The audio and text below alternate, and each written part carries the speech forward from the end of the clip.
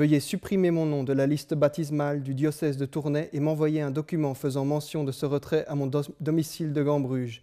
Ceci est un acte de volonté, par lequel je romps avec les liens de votre communion. » Aujourd'hui, Damien est considéré comme un apostat.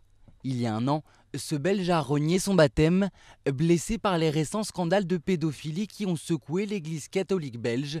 Il a décidé qu'à 24 ans, elle ne parlerait plus en son nom. Vous n'êtes pas d'accord avec ce que fait une association dont vous faites partie, et qu'en plus, vous n'avez pas choisi de faire partie de cette association, parce que ce sont mes parents qui ont décidé de me faire baptiser, eh bien, la chose la plus saine à faire quand vous êtes un citoyen conscient, c'est simplement de partir.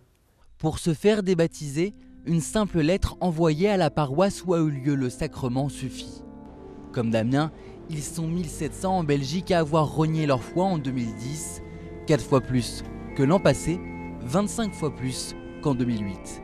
Pour cette association qui accompagne les candidats au débaptême, l'explosion de ce phénomène est souvent liée à une prise de position controversée de l'Église catholique. Dans la plupart des cas, c'est déjà un cheminement philosophique qu'ils avaient, et pour une raison ou pour une autre, un événement quelconque, que ce soit de la pédophilie, évidemment, puisqu'on en parle pour le moment, mais ça peut être également les déclarations négationnistes de tel évêque, ça peut être les déclarations du pape sur le préservatif. La débaptisation est un acte purement symbolique, car dans le catholicisme, l'annulation d'un sacrement est impossible.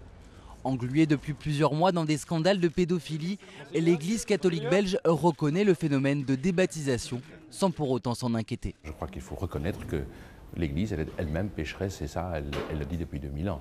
Il faut faire la part des choses entre ce qu'une personne vit individuellement et ce que l'institution prône. Et l'institution prône des choses qui sont en soi bonnes, mais il y a peut-être eu aussi des défauts dans l'institution. Et donc ça aussi, il faut pouvoir le reconnaître. En Belgique, selon un récent sondage, seuls 8% de la population fera encore confiance aux institutions catholiques.